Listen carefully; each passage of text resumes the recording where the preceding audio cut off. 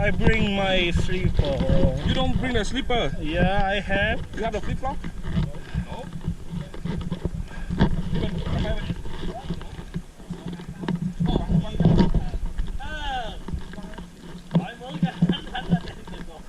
You have the tent? Yeah, I have tent. Oh, we also have a small tent there.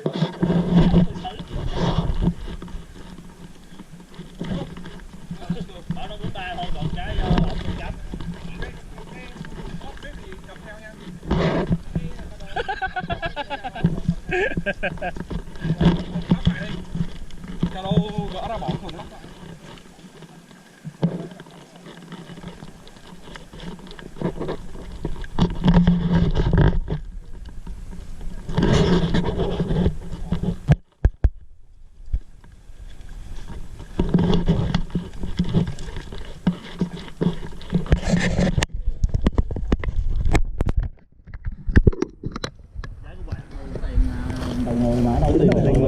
Muốn làm gì làm.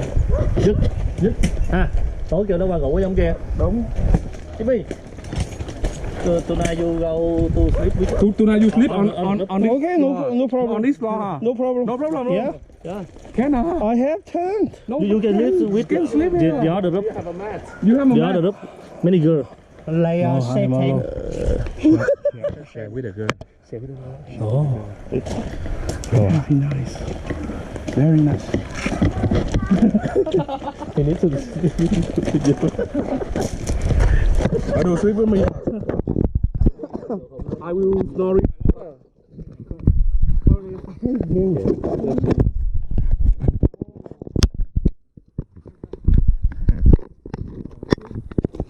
Go, let's go.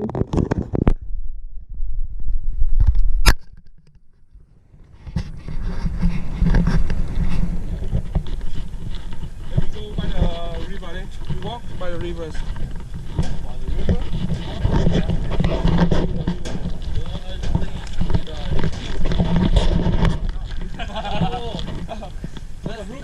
Let's try Jimmy one.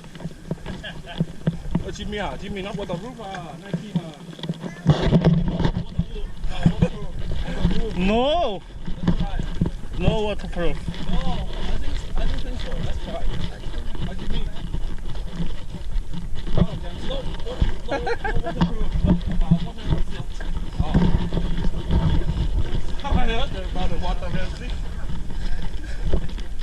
Rojan is always waterproof. Always. Which one? Jimmy. Jimmy. Why? Jimmy. Why? Yours. Why? Yours. You're good. You're good. Hello. Bye.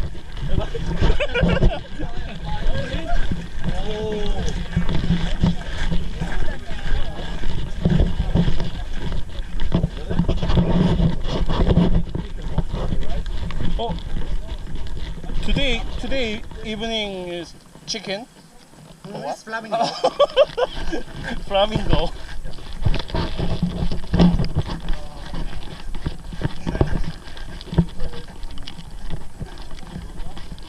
Whoa.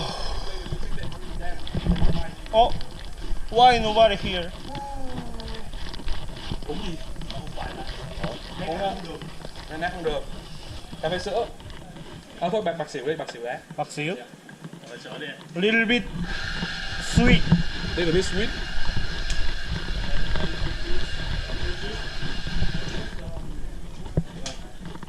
Đây là juice. Đây là lemon. Oh, I spread it. Juice. Oh. Only have a blueberry. Stop. This music is in Korea. Yes, that's where we come from. He is Korean. Hello. No, I just see. Not at all. I'm single. No, I just see. Kem cà rốt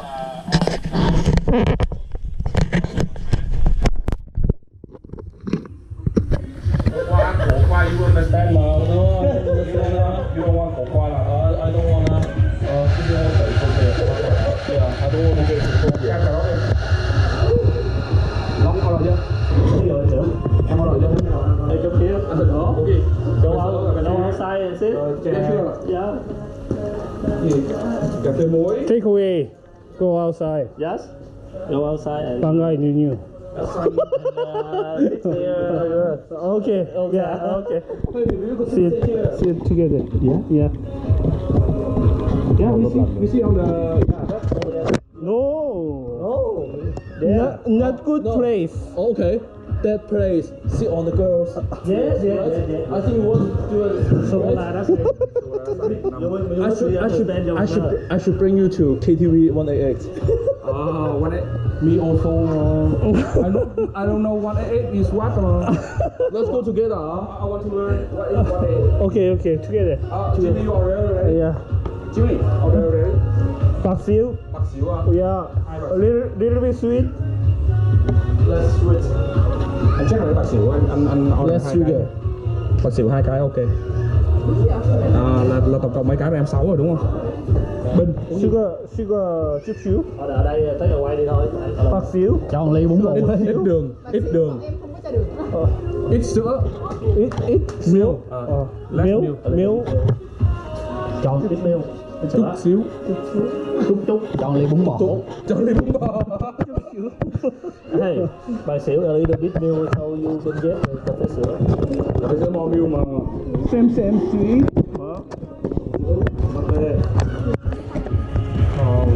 Hello.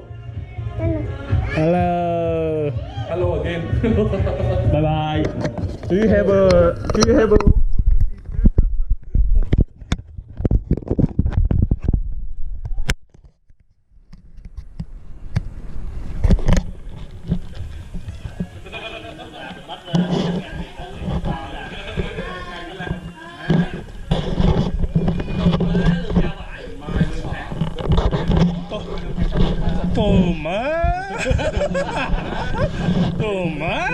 Ta lương thấy 60 kia. Còn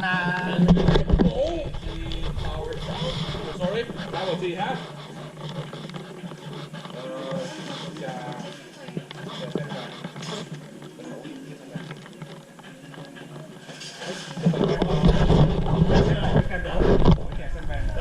tiền sao mà ở đằng kia ngồi có bao nhiêu tiền nha.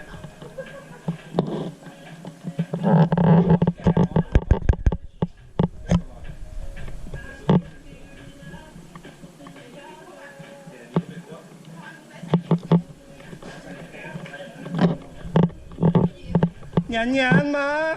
Nhanh. Nhanh. Giờ giúp mình có đổi cho đổi cái đổi cái canh cà rốt thành cái jasmine nha. Dạ. Đủ chưa? Tôm má. 7 ly. Dạ.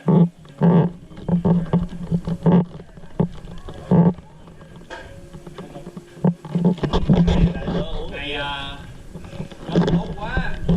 Những em đi chơi không em mua. I have to use the Google Translate. Anh em về vô năm sau nha. She is boss. She. Oh, Kurt is boss. Yeah, boss. You're always boss.